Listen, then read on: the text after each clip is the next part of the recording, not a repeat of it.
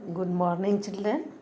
आज हम लोग हिंदी व्याकरण में पाठ 4 संज्ञा पढ़ेंगे। बच्चों, आप लोग जितने भी चीज़ देखते हैं आसपास में, उस सबका कुछ न कुछ नाम है। वो चाहे व्यक्ति हो या वस्तु हो या स्थान हो, सबका कुछ न कुछ नाम है। तो ये सारे नाम वाले शब्द ही संज्ञा कहलाते हैं।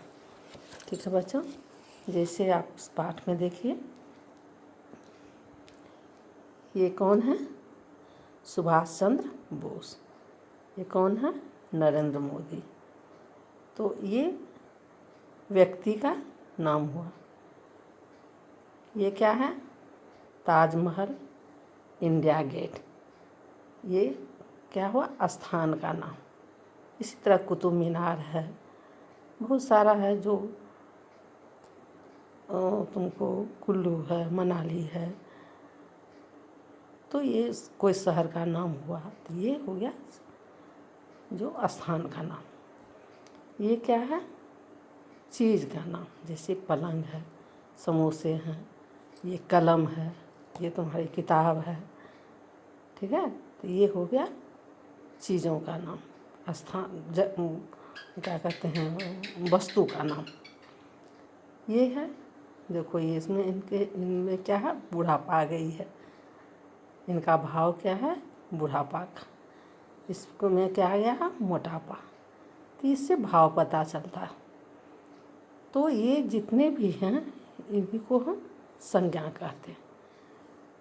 सुभाष चंद्र बोस और नरेंद्र मोदी व्यक्ति का नाम है। ताजमहल और इंडिया गेट स्थान का नाम है। पलंग और समोसे वस्तु का नाम है। बुढ़ापा और मोटापा भाव का नाम है। तो इस तरह हम लोग कहेंगे, किसी व्यक्ति, वस्तु, स्थान, प्राणी अथवा भाव के नाम को संज्ञा कहते हैं। ठीक है बच्चों, किसी भी व्यक्ति, वस्तु, स्थान, भाव के नाम को संज्ञा कहते हैं। अब इसी में जानवरों के नाम हो सकते हैं, नदियों के नाम हो सकते हैं, ठीक है, खिलौने के नाम होंगे, पेड़ों के नाम होंगे, पहाड़ों के नाम हैं, बहुत सारे नाम हैं। सबको हम संज्ञा कहेंगे।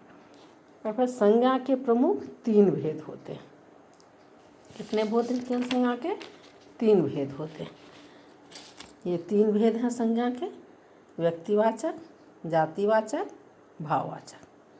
ठीक है बच्चों, तो व्यक्तिवाचक संज्ञा किसे कहेंगे?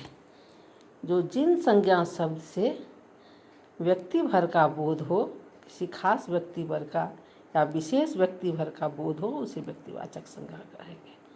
जैसे मदर टेरेसा हुआ, नरेंद्र मोदी हुए, सुभाष चंद्र बोस हुए।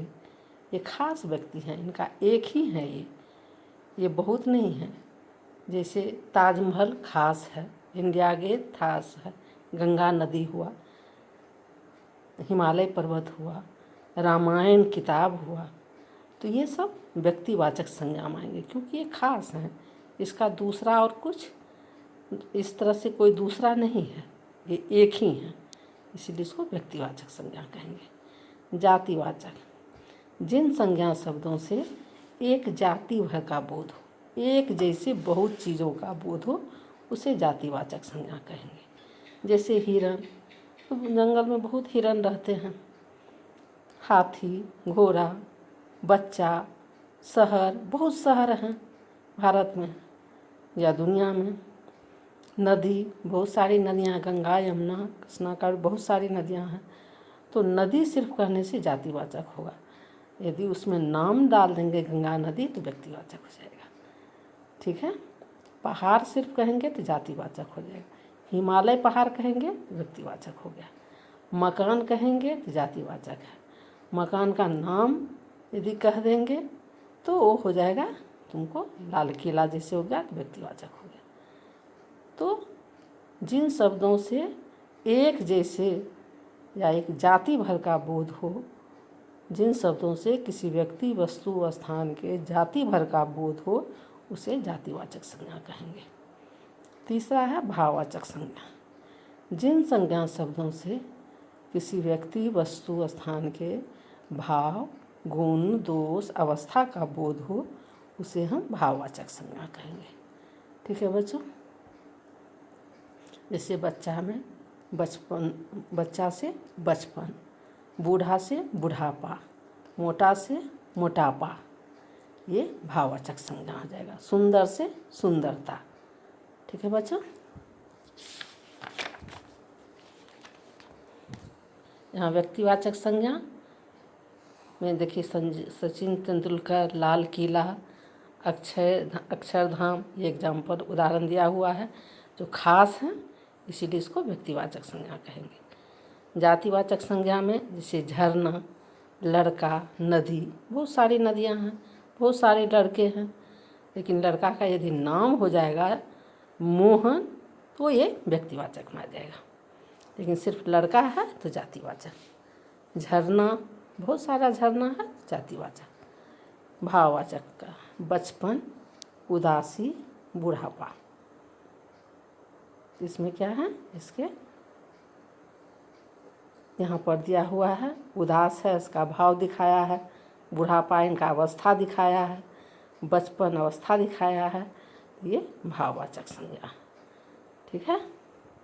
यहाँ पर है हमने सीखा, इसको क्लास वर्क कॉपी में लिख लीजिएगा। किसी प्राणी वस्तु स्थान या भाव के नाम को संज्ञा कहते हैं। हाँ, सभी नाम संज्ञा है। संज्ञा के 3 भेद हैं। यहाँ संज्ञा में उदाहरण दे दीजिएगा 2-3, और संज्ञा के 3 भेद लिख के व्यक्तिवाचक, जातिवाचक, भाववाचक, ऐसे फॉर्म में लिख के नंबर डाल के लिखिएगा, और उसका एक 2-2, 3-3 उदाहरण दे दीजिएगा, व्यक्तिवाचक का भी, जातिवाचक का भी, भाववाचक का भी। क्लास पर कॉपी में इसको लिख लीजिएगा। ठीक है बच्चों। अब अभ्यास में आइए। यहाँ मैं किताब में लिखी हूँ, इसी तरह आप लोग भी किताब में एक्सरसाइज कंप्लीट कर लीजिएगा।